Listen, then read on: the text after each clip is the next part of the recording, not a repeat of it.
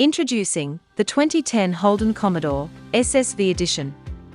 The Commodore is a rear-wheel drive 4-door sedan with 5 seats, powered by a 6-litre naturally aspirated V8 engine that has 270 kilowatts of power and 530 Newton-meters of torque via a 6-speed automatic transmission. Holden claims the Commodore uses 12.2-litre per 100 kilometers of unleaded petrol in the combined city and highway cycle, while putting out 288 grams of CO2.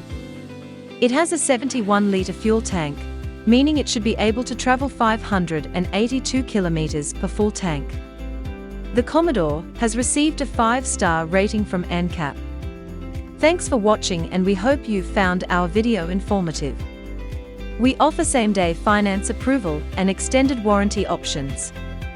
We also offer contactless purchasing. We provide Australia-wide delivery too.